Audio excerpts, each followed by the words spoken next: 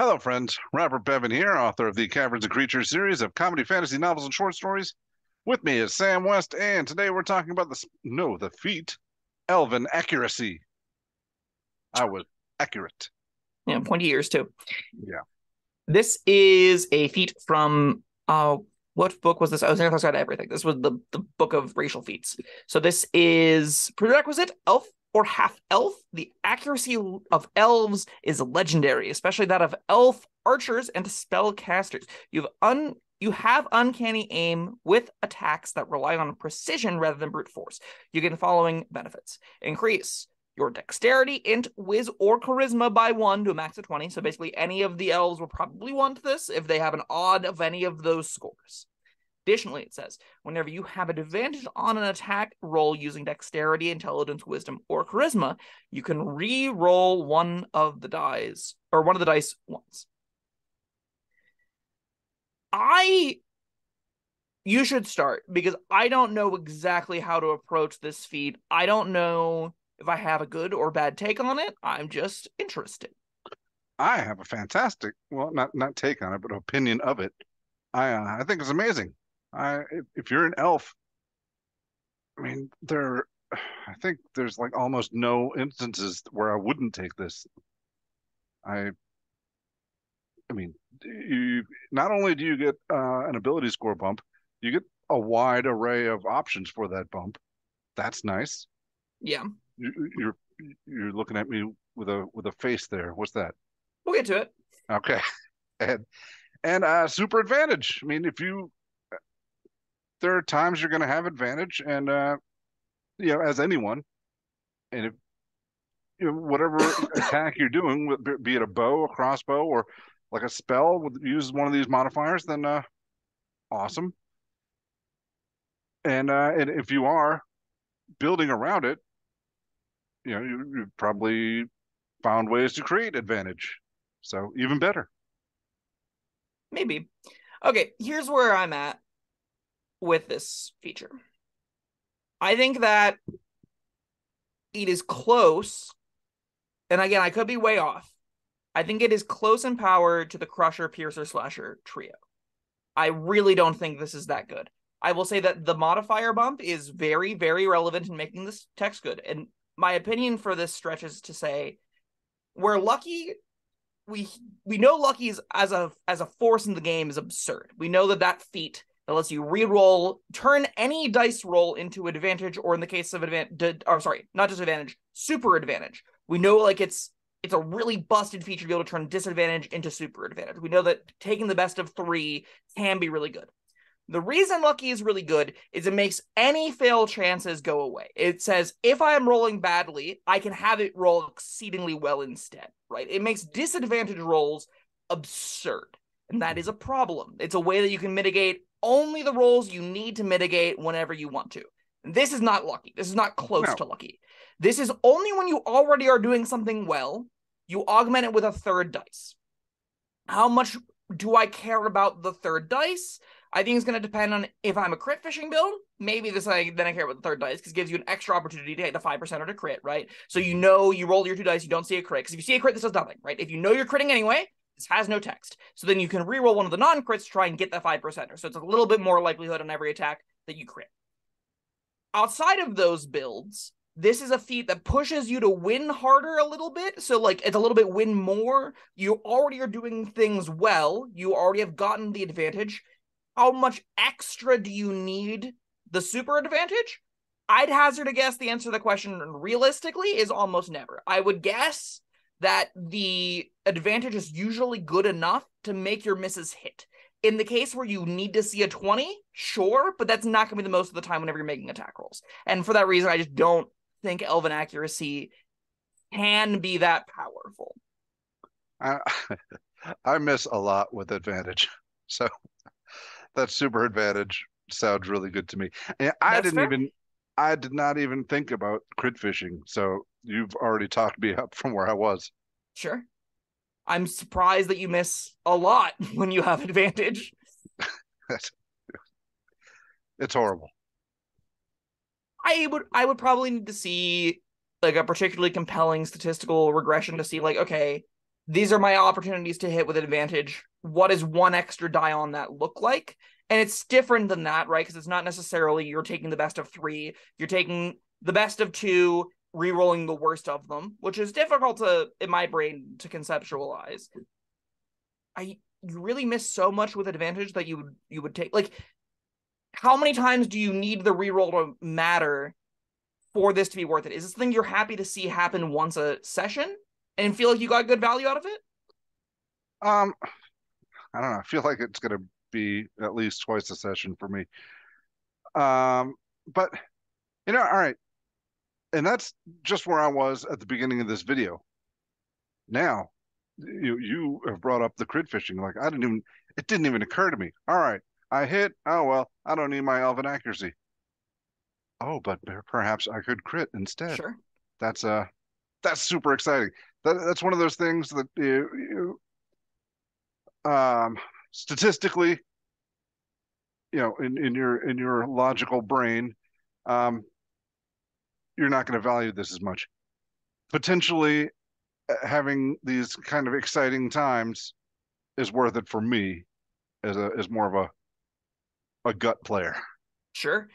I definitely also I can imagine with when the improved crit range specifically. So let's say 3 levels on champion fighter.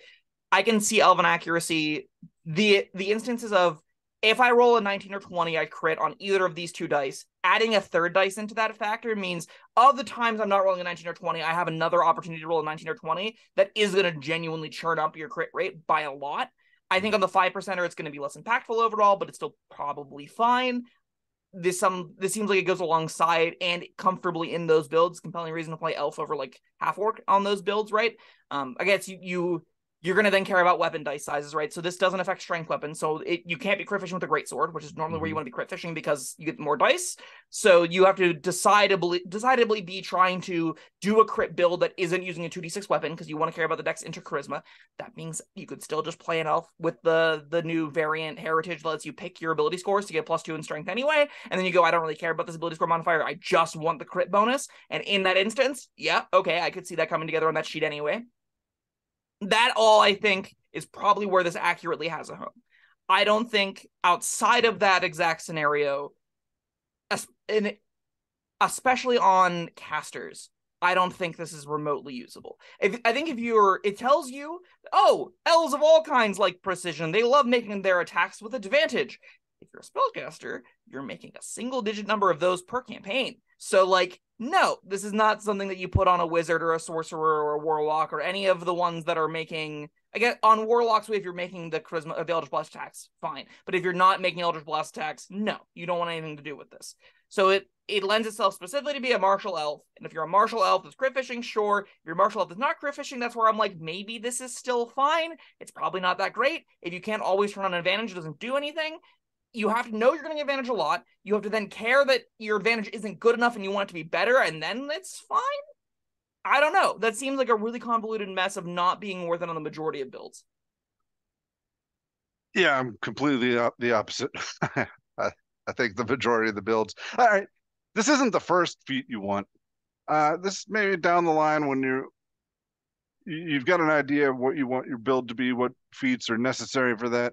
I think, at least for me, this will be my first non-absolutely essential feat pick. I think this would probably, like, if you're a sharpshooter, I could see this being a nice, easy place to put your second feat, right?